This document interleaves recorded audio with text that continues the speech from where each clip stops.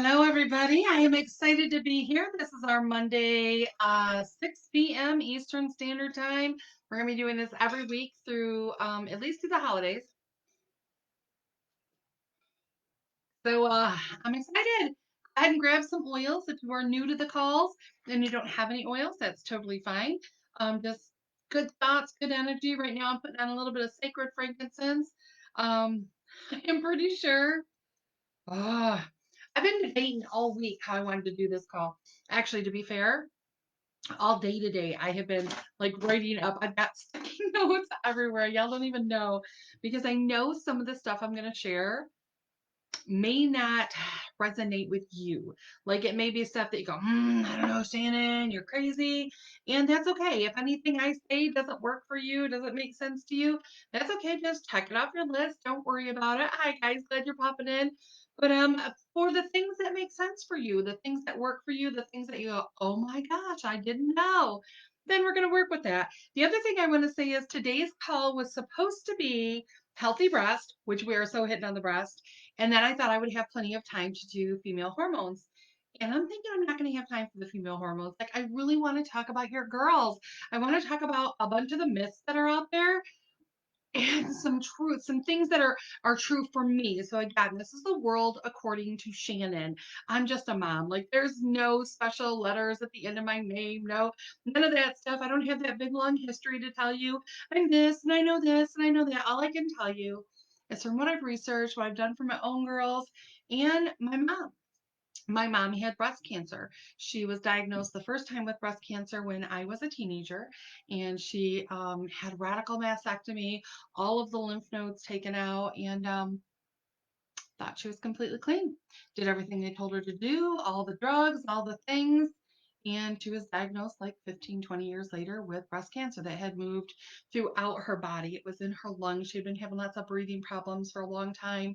And they kept telling her it was, just what happens as you get older. Keeping in mind, she's like 45, 50 years old. And it's just a part of life. Just you'll get used to it. And that is actually, that's what brought me to start researching on alternative health was for my mom. We wanted to be able to keep her comfortable. I knew that there was not a cure for cancer. And when she was diagnosed, they told her 6 weeks, even with chemo and radiation, it had gone too far. It had spread throughout her body. And we just wanted to keep her comfortable. That's how we got into this world and researching and things. And in my research, I found all kinds of things that are called carcinogenics. They were things that cause cancer. And so we decided to move those out of the house. I found things that made it harder to breathe, things like, candles, the beautiful candles that we all have decorating our home.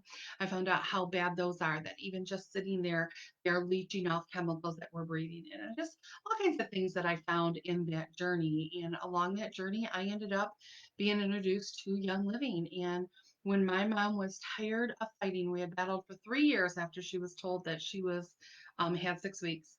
And when Young Living came in, I've been thinking about her all day. When Young Living came in, my mom was tired of the fight. She had really, she just kept telling me, baby girl, I know where I'm going to go. Like she was okay, but I was not. And Young Living just gave her that hope again. The oils just changed her mentality, her thoughts. And she lived several years after that, was able to build herself not only a silver distributorship, but all the way up to gold. And my mama got to do everything on her to-do list. She got to get out there and share her dreams with my dad. They got to do all kinds of stuff that she wouldn't have had the time to do.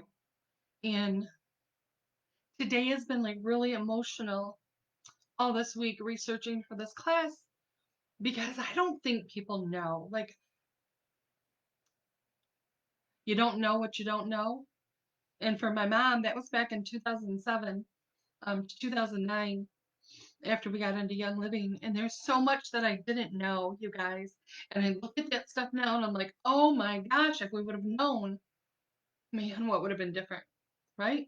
So today, I want you to know, like October is Breast Cancer Awareness Month, and you can read and study and see so many things, and so much of it is death, mayhem. You have no options, and I want you to know that you have options. There are things that we can do for these beautiful girls that we need to be teaching our girls so we can stop this. It's ridiculous.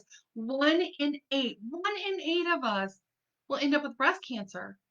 That's insane, especially when you look at the stats that it's only 5 to 10% of all breast cancers. 5 to 10% are actually genetic. So they have the actual genetic um, codes in their body that says, yeah, you're probably going to end up with breast cancer.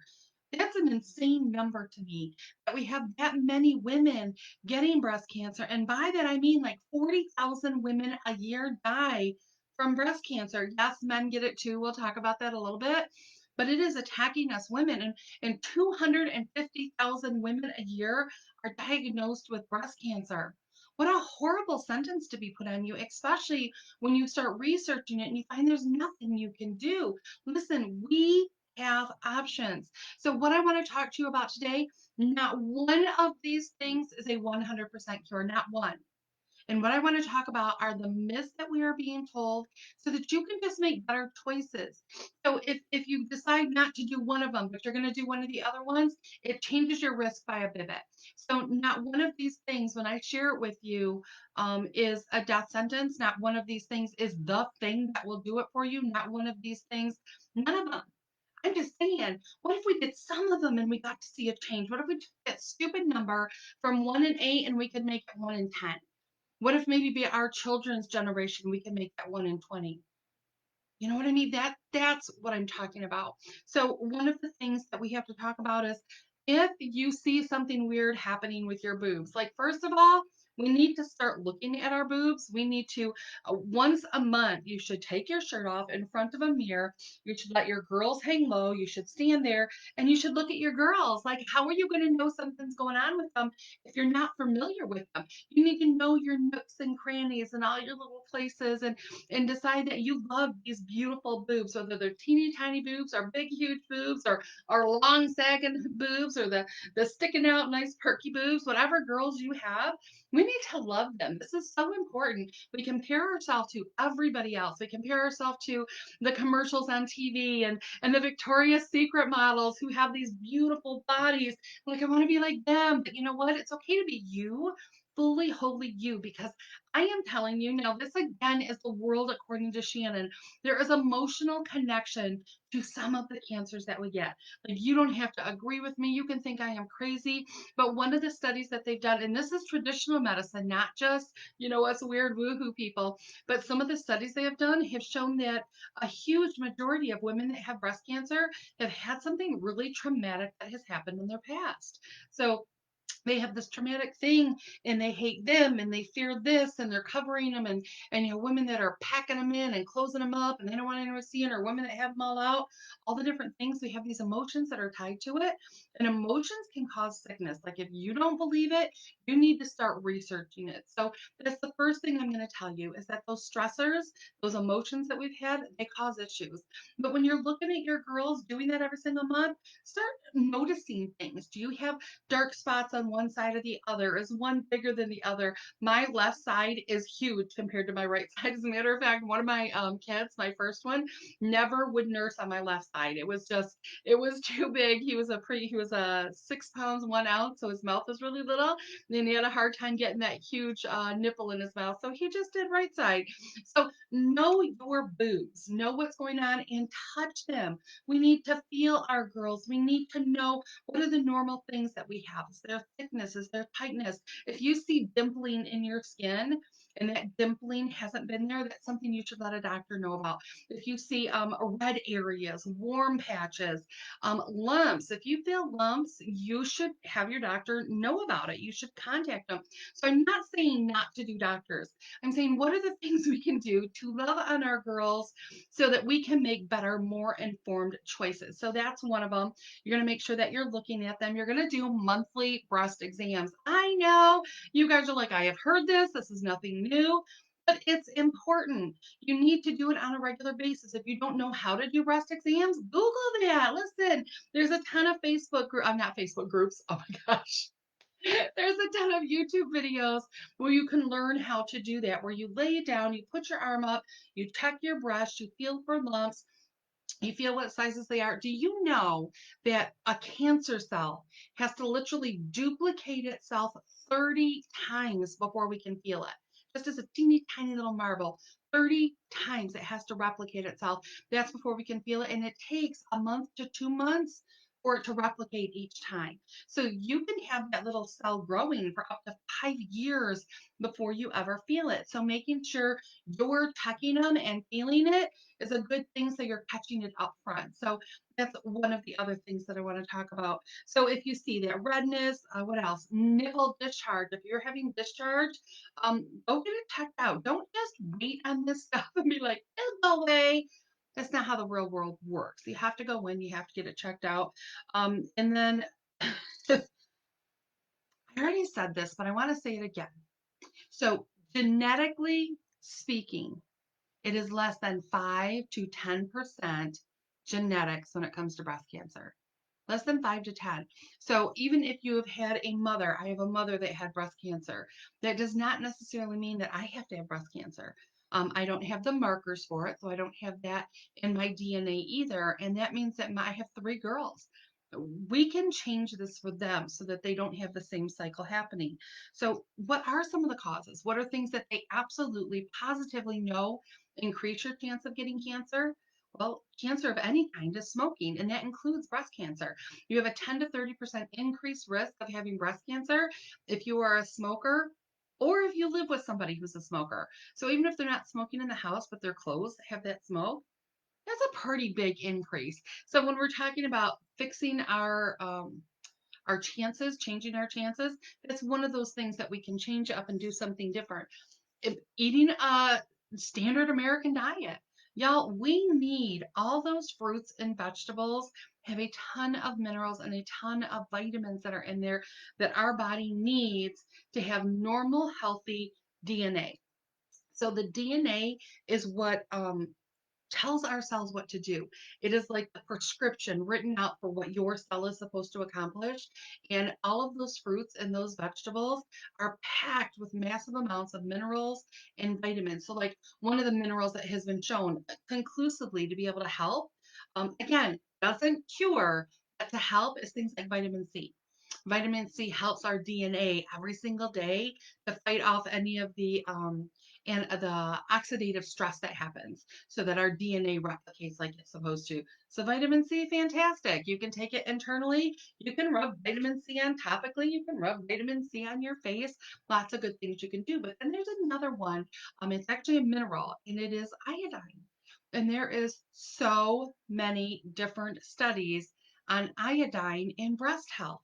So iodine is one of those things that your body, every single cell has a receptor for iodine, but your thyroid is really greedy for iodine. It wants lots of iodine. Like it uses 6 milligrams a day of iodine just to do its basic. That is your thyroid. And then after your thyroid, it goes to the breast for women.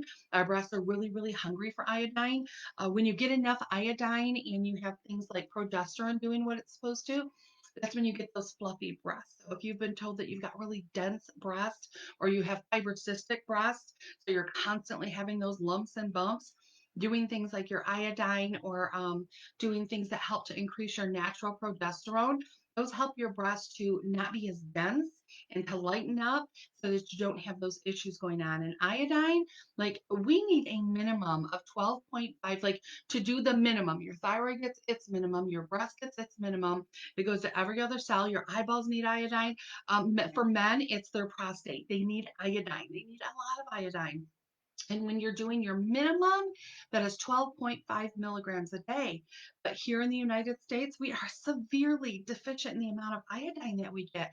And that causes lots of different problems. That causes problems with your metabolism. Think about your thyroid and what it does for our metabolism.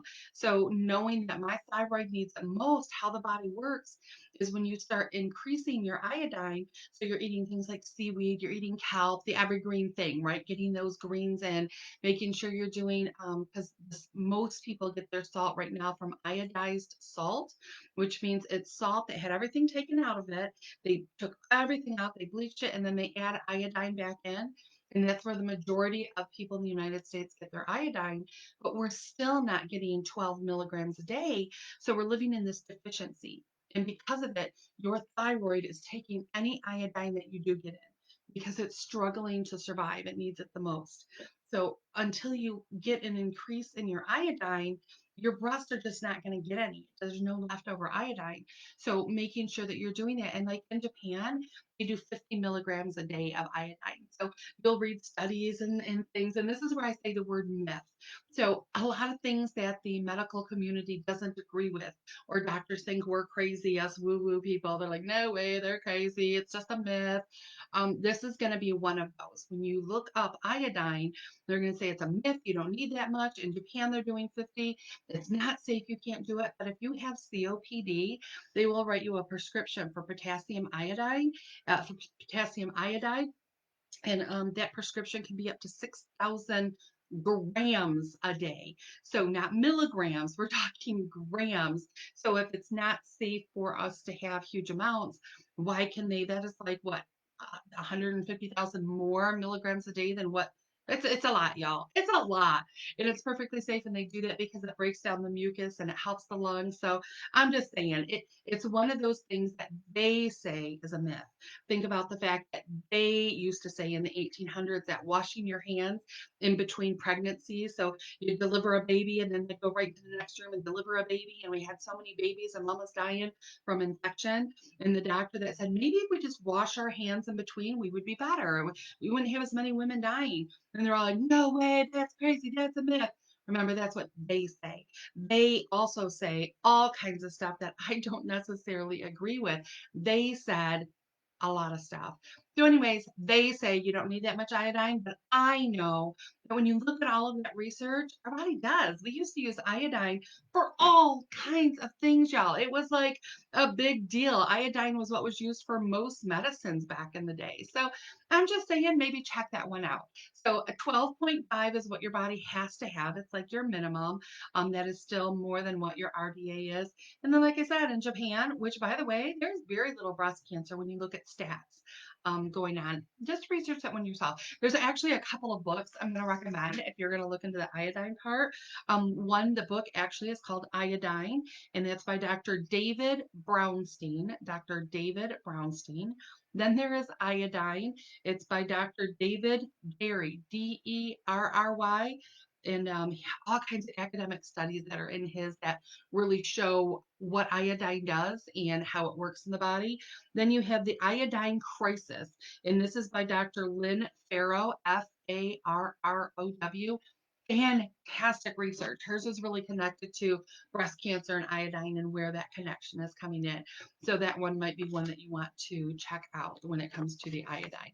And again, that I'm gonna this one right. I told y'all I have notes all over the iodine. So your thyroid gets 30% of the iodine that you take in, and the rest goes to everything else. So it is eyes, breast, prostate, ovaries, thyroid. Decreased IQ is related to an iodine deficiency. I find that absolutely interesting. So many people I talk to, I'm like, oh my gosh, what is wrong? Or like the thinking is just not like it used to be. I'm just saying, I think iodine has a huge deal with that. All right, so what are some of the other things?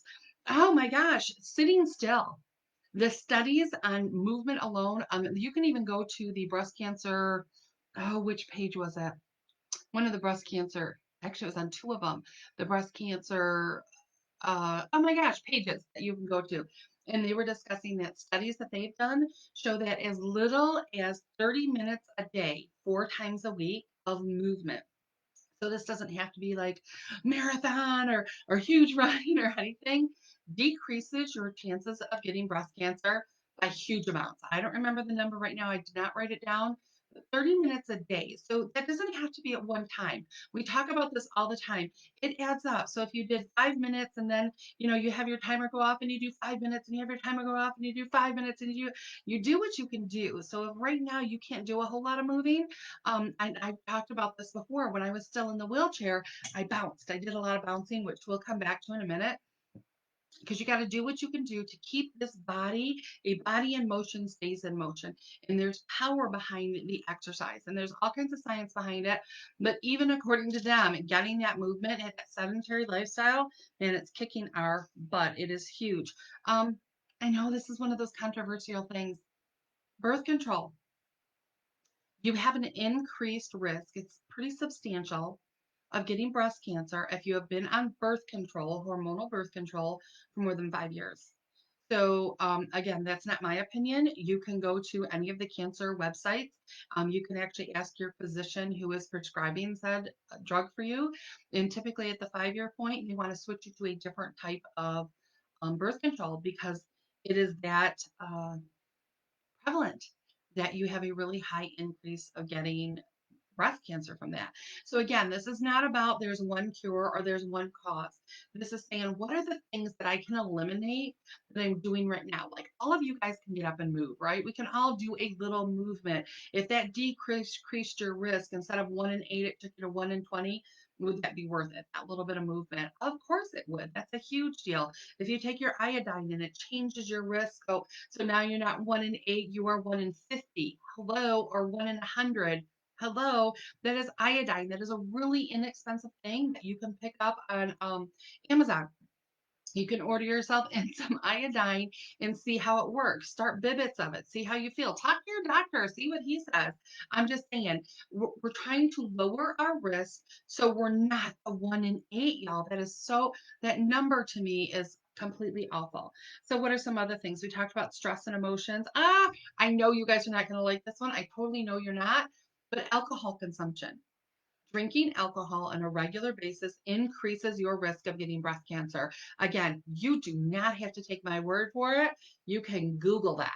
And that is even that one drink a day that we're doing because we think it's better for our heart. This is talking about that. So I'm just saying, um, if I go on a cruise and we're out there and we're having a good time, I'll have a couple of drinks on a cruise. I just choose not to do it every single day. I choose not to do it every single week or even every single month.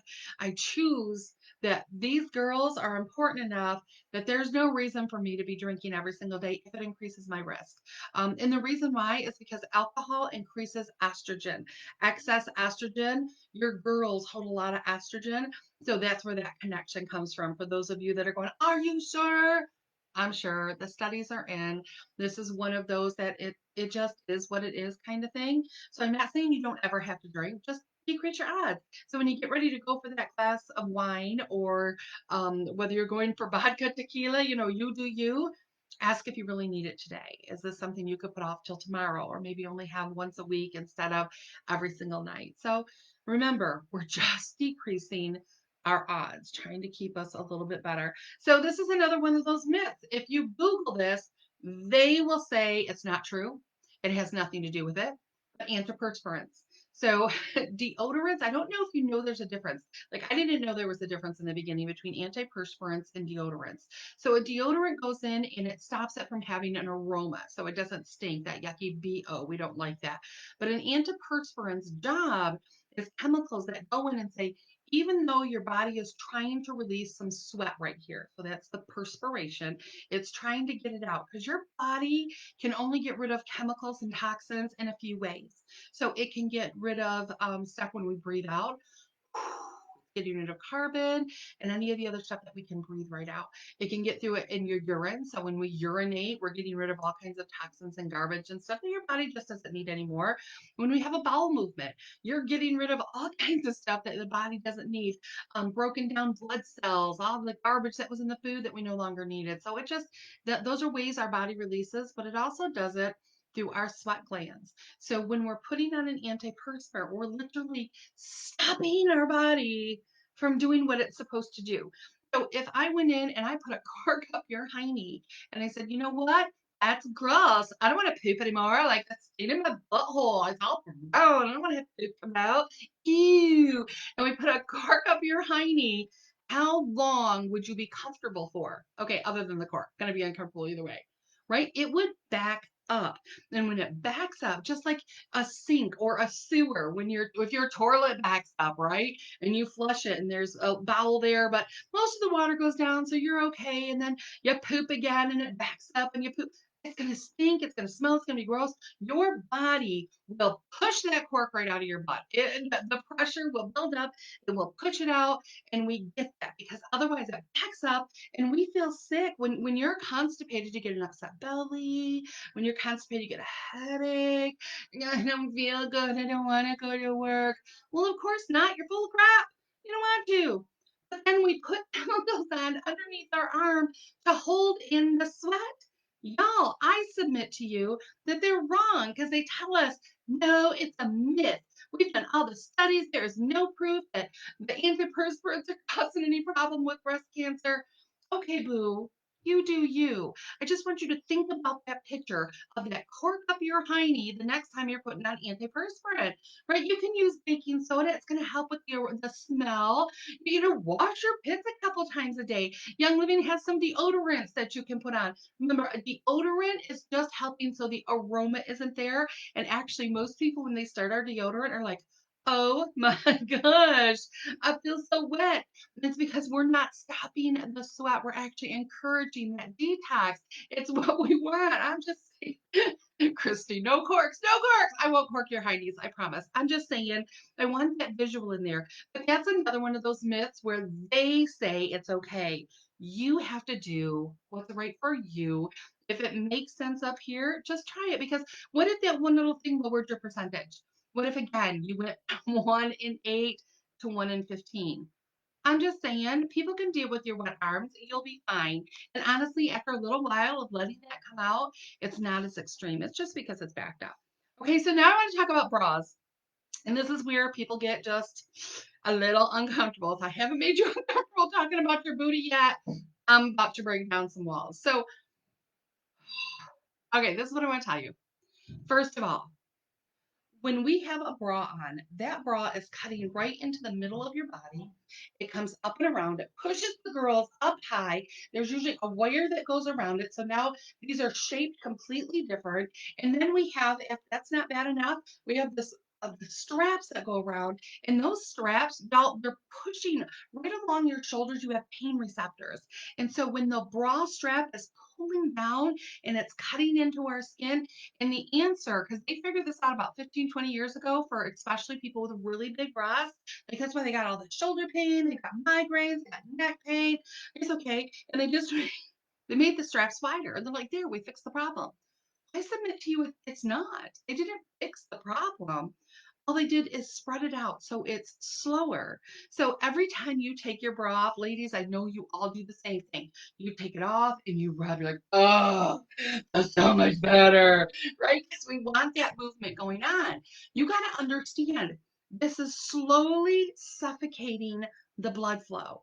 It is slowly changing the lymph flow. So I want to talk about your lymph system for just a second because it's so stinking important and it does not get the attention that it needs. So you have veins, and those veins are pumped because of your heart. Your heart pumps that blood all the way through you, down to your toes, back up, everywhere. Blood, blood, blood, blood. But then we have lymphatic fluid. So think of this as interstitial fluid. This is the fluid that's all around. And we have these little lymph nodes. And it works kind of like a pump. So where the heart is pumping the blood, when we are talking about your blood moving, for your lymph fluid to move, it's kind of like milking a cow. So you squeeze and the pump, the movement that we have squishes the fluid. So it goes to the next spot, but it has to be pumped like you're milking a cow. That's what has to happen for our lymph system. And we have literally hundreds of lymph nodes and miles of lymphatic system in our body. And what happens when we have a bra on is it cuts the flow. So it isolates this one boob right here. She's isolated all by herself. Just boom, just like that, a wire around it, isolated, no flow going anywhere. It's staying right inside her. And when you look at the research, guys, this is another one of those myths. So when you talk about the bra and you say it to a doctor or you say it to anybody in medicine, they're like, oh, that's just a myth. There's no science behind it. I'm going to tell you, research it. I'm going to tell you, use a little bit of common sense. If I took a rubber band right now, or your children, right? If they had a rubber band and they had that wrapped around their finger and they had it nice and tight and they had it on there, what do we say to them? What do we say? We're like, take it off. This has been on there for 2 seconds. Do you see it's already getting red? It's just a rubber band. But we, ladies, are living with that rubber band around our waist. We're living with it around our chest. And individually on each breast, we have this rubber band. Now, you don't think it matters? I'm going to actually post in my comments a link to a video of them castrating a bull. And what they literally do is they take their testicles and they have this little device that's a big rubber band, and they put both of those testicles right in there, and then they tighten up the band. They just tighten it. You got a little machine, ting, ting, ting. I think this is awful. So don't be like animal rightsing me. I don't actually do this to bulls. This is what they do. And the bull just stands there and takes it. No big deal. They're in this little cage. They don't really complain. But in 10 to 15 days, their testicles fall off. And we are putting training bras on our children when they're teeny tiny. When they first have the first flicker of a possible nipple, we're all like, age them, put them in, tie them up. And we're wrapping those girls up so that there can't be any movement. And I know right now, I guarantee you, some of you are like, but Shannon, I got these really big boobs. You don't understand. If I don't tie them up or wrap them up, they're bouncing, they're hitting me in the face, it's just too much. It's painful. You don't understand. I want you to not this. Our breast, like any other thing, if I took my arm and I put it in a sling and I left it in a sling for 14 years, then I tried to use my arm, would I be able to use it? No, it would have atrophied. It wouldn't have any tone, anything. The reason behind that is because it's wrapped up. Now, this isn't muscle that we have in our breast. It is not muscle, but it will firm up the muscles behind, the muscles around. And then here's the deal: that lymph fluid that I said needs to move, our breasts are tied up and they don't move. And so what happens is it backs up just like that toilet. That fluid can't get all the way out, and it sits there with all of its toxins, with all of the chemicals, with all of the stuff that your body is trying to rinse out. It is backing up. And it backs up in the girls, it backs up into the lymph nodes here, backs in underneath our underarms, and it just backs up like that stinky toilet that we talked about, right? So one of the books that I want you to read. I wrote down lots of notes from this one. So this is by Dr. Fun Books. This is hmm, the name of the book is Dressed to Kill. Dressed to Kill. Look up the second edition in it because he has a whole lot more science in there. And he is one of the ones, when you guys look this up, I'm going to say it's been debunked. There's no proof. Bras do not cause breast cancer. There's no connection whatsoever. And they will go hardcore on you. And if you just stop there, you're like, yeah, it's proven. But then I want you to think about the bull's testicles. And I want you to think about what's happening to him. And I want you to think about our girls. We start them at the very beginning with this thing wrapped around. And this has been going on. They have found stuff in the Samoans, like a long time ago, where they were putting women in corsets and tying us up. And it used to be the train of thought in the early, I think it was 1700s, is that women, if they didn't wear a corset because they were so weak, their guts would fall out if they took the corset off. And we, instead of taking the corset off, we had women have fainting chairs all over. So those fainting chairs that we see, it's because the corsets were stopping the blood from flowing. It was stopping the action from flowing. It was stopping their bowels from moving. It was changing their body. So just because we've been doing it for a long time does not make it the right answer. And in Dress to Kill, they did all kinds of studies. And I'm just going to give you a couple of the numbers. So wearing a bra for 24 hours a day. So they took 4,500 women, and it was from 5 different major cities in the United States, and they had 500 women in each state that did not have breast cancer and 500 women in each state that did have breast cancer. And they asked them a series of questions. So you can read all about it in there. And yes, it is Dressed to Kill, second edition. So you can read all of their references and everything. But what they found is that that were the women with breast cancer, 99, 90, it was 99% of the women all said that they wore their bras 24 hours a day. So they wore them even when they were sleeping. This is huge that a woman who wears their bra 24 hours a day had a 125-fold greater chance of getting breast cancer. That's crazy. When you dropped it down to 12 hours, so you wore it to work and maybe while you were out and about, that decreased substantially.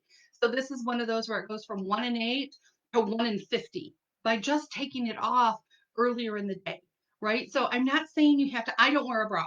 Most of the time, if you see me, these girls are flowing. They're just out there doing their thing. And if you don't like my boobies, don't look at my boobies. This is my boobies, not your boobies. I don't wear them for you, right? But I usually have something covering them so you don't see my nips popping out. But if I'm like going to something really fancy or when I'm walking across stages, Royal Crown Diamond, doing my little dance, I will have the girls up and about. They will be in a big old push up bra and I'll be feeling all sexy and beautiful with them. I'm telling you, it is the rarity. I choose to let my girls be free. I choose because what if they're right? It could be a myth. It could have nothing to do with it. Does it hurt anything me not wearing a bra? Well, I'll tell you, when I first started, it was painful through here. The muscles were sore. They weren't used to being free and moving. But now, not at all. I feel totally comfortable. I don't even notice. For now, it's really weird when I do throw on a bra because I'm so not used to that constriction. I can breathe deeper. It was really astounding to me because, I've had breathing problems for a really long time. And it was astounding to me when I just started not wearing my bra, how much better I could breathe, how much better I could exercise. Now, I will tell you, that bouncing that I talked about when I was in my wheelchair, I still do a lot of bouncing. Bouncing is a fantastic way to get the girls bumping up and down because remember that milking the cow, right? And how good that is for getting the lymph to move. When we bounce, the girls bounce with us. There should be movement. They were designed to have that movement. So we need to do that. I'm just saying, you do some research on the bras and see what you think. Try going without them, see how you feel. Again, this isn't one of those things that if you do it, it could be a problem. What's the worst thing that can happen? Your nip pops out. Like that's your worst case scenario. I'm just saying you might as well check it out. So another thing that I want to chat about, because we talked about your whole lymphatic system, is there's some cool stuff that you can do. So one of them is dry brushing. So before you get in the shower every day, we should be doing a whole body um, detox that we're doing with our dry brushing. And you can go on YouTube and see all kinds of videos on that. But I want to just stick here and talk about your breath. So every day you should be doing some dry brushing. Every time you get in the shower, you should be dry brushing. And I just want to give you, you're going to go from your nipples. So in the center of your body, you'll go from your nipples and pull it up because you're going right here. We have a valve right here where some of that can go. We have a valve up here and a valve here. So when it comes to the lymph, you're going to go to the center with everything in the center and you're going from the nipple down. So dry brush this way, and then this way under here, I'm going to dry brush up towards my underarm, right? So I'm going to pull that out, and then this underneath, I'm going right here. So I'm pulling across and over from the nipple. I hope I didn't just flash somebody just now. I'm going from the nipple over. So after you do that dry brushing and you take your shower, you do all your stuff, when you get out, you can do some great oils that are super comforting and you can massage those in. So I like to use a base of Cell Light Magic. Cell Light Magic is a blend that Young Living has that's got geranium, it's got grapefruit, it's got all these great oils that are so comforting. So you're going to take that Cell Light Magic and to it, you can add things like cedarwood, you can do frankincense, suga, pine, all of those oils. So you could layer them on individually and rub them all over and make sure, especially if your breasts, like my breasts, I have to lift them up, right? Because my girls are really heavy. So you have to lift them up and make sure you're getting underneath them as well. So those are some things you can do with the oils and then put that Cell Light Magic on as well and really massage that in. The more we're fondling and rubbing. So you see, I do a lot of pushing up. I want that. That helps with that massaging. It helps with that movement. So I don't usually do that when I'm teaching. You don't see me massaging my girls. But when you're home, go ahead and do that. When you're sitting on a break for a commercial on TV, do some bouncing, get that going in. All of those things are going to help with that. So those are some amazing things you can do. Let me make sure I mentioned all of the oils that I like to play with my breast. So, that Sell Like Magic, so you know, is grapeseed oil, coconut oil, grapefruit oil, cypress. Look up cypress and its power. It has cedarwood, great for the skin, juniper, wheat germ, clary sage. Type that one out and go look that one up for it. Sweet almond oil, olive oil, and castor oil. So you've heard of castor oil packs. You can research that. So after you do all those great oils, you can head out for the day, do what you have to do. If you're doing them in the evening and you're going to be home, you can actually take a hot water bottle and put that over them. Please do not use a heating pad. I see lots of people talking about the castor oil packs, and they're telling people to use the or I just said it, a heating pad, which plugs in, and that's electrical. We can avoid the electrical as much as possible. So just take a nice warm hot water bottle and put that on there, and it will help really push those oils in. So you got good stuff happening there. Some other real quick things, because I know I've already talked for 41 minutes and I'm trying to keep these short, but I want to mention caffeine's effect on the breast. Google that one. That's something that you can lower or eliminate. Again, it's not shown to actually cause problems with breast cancer itself, but it can cause problems with fibroids. So if you are someone that is prone to fibroids and you lower your caffeine, if it helps a little bit, great. Another one I want to mention is Progessence Plus. So Progessence Plus is one of our oils that has a ton of great essential oils that are great for the skin. It's made and designed directly for women. And you can put that on the breast, but you can also rub it on the belly, rub it on your thigh, rub it on your arms, and put this one on 3 or 4 times a day, a couple of drops. And it has wild yam extract in there, which helps your body with it's a good oil. And when you know what it's doing for your hormones, you're going to understand why. Because remember what we said about that excess estrogen can cause some problems. Our Progestin Plus is a great one that you can play with that's going to help with those issues going on. Beta carotene. So when you said all of those different colors of fruits and vegetables, beta carotenoids or your vitamin A's are huge. Like go to all of the cancer sites and they talk about that rainbow of vegetables. So you're looking at reds and yellows and greens and oranges, all those bright colors. Those are things you want to be a part of your everyday diet. So when we talk about that 12 cups of fruits and vegetables that you're consuming a day, this is the reason behind it because you're getting all those parts and pieces. If you know you're just not going to eat enough fruits and vegetables, that's where you can use some of the things to fill in the blank. So that would be things like your neem to red. Neem to red is your wolfberries and blueberries and aronia and cherry and all those bright colors that you might not be consuming enough. Start drinking your Ninja, a couple in the morning, a couple in the afternoon, a couple ounces. Tastes delicious. You're going to love it anyways. So that's one that you can do. And then we have our multi-greens. Multi-greens is that evergreen thing. You know, people always tell you eat your kale, eat your spinach, eat your all your things, and you're like, and you eat it maybe twice a week. Multi-greens is a great way to get high quality greens into your body. It also has some of that seaweed, so you'll see a bump in your iodine by taking your multi-greens. You'll also see an energy that comes when you're getting that evergreen thing, something your body is absolutely desperate for. Another myth that I want to chat about, and I saved it for the last because I know some of you are going to be really upset, is mammograms. So my mom obviously had many different mammograms through the years because of things. And right now they say if you're 40, you should get a mammogram. And any conversation outside of a mammogram can really get some people really irate. I know, I'm sure there's going to be people that are on the call that are survivors that it was the mammogram that caught it for them. But I really encourage you to look up thermography. So thermography is another option to mammograms.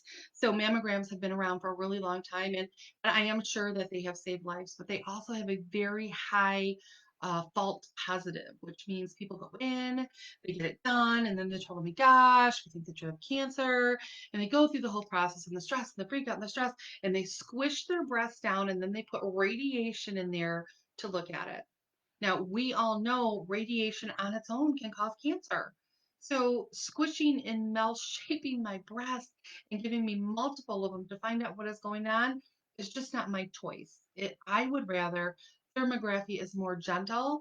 It is safe for your breasts themselves. There's no side effects that can happen. So, it's a great way for you to still get in there and see what's going on because a thermography tells you the story but it doesn't have to squish and irradiate it first. So I'm not going to go deep on that. I will say that traditional medicine, like my MD, is like, Shannon, that's not good enough. You need to have a mammogram, and thermography doesn't work, and all the things. But the deal is, I get to choose for me. This is my life. These are my girls. I get to choose what I do with them, how I do it, where I do it, and whom I let do what to them. They're mine. So I'm just saying, maybe, just maybe, for this Breast Cancer Awareness Month, you should do some research. Look up thermography, see what you think. Look up all the different things I've chatted about. This is the world according to Shannon, Mama Extraordinaire. That's all I got behind my name. And I'm just telling you, what if? What if we could lower our risk? What if we could change those numbers just by a bit? What if we decided to eliminate some of those toxins? This is not a toxin awareness class, and I know that, but I'm telling you, if you look up a chemical, if you look up something that's in your food, if you look up something that's in your shampoo, conditioner, toothpaste, mouthwash, all the things, and when you look it up, go to the material safety data sheet. You can go right online and do it. You don't have to take my word. And if you type that chemical in, and it says it's a carcinogenic. I want you to know that the word carcinogenic means that it has been shown to cause cancer. This is not hypothetical, new age, weird people. This is what the science has proven about XYZ. And if something says that it's been shown to cause cancer, maybe you can up your rates of not getting cancer by eliminating the things. So I just encourage you, start questioning things, start looking things up, prove it for yourself. And here's my big thing, tell other people. I didn't know any of this. Err. Studying all this and the reminders and knowing that maybe we could have changed things for my mom, because my mom did pass away. She passed away in a good place, but she didn't have to. Like things that I know now, I know we could have changed it for her. And you know people that need this. You know women with breasts, right? And like I said, men get breast cancer too. But do you know that women not wearing a bra have the same chance of getting breast cancer as a man does? I found that interesting. Google it. I'm just saying.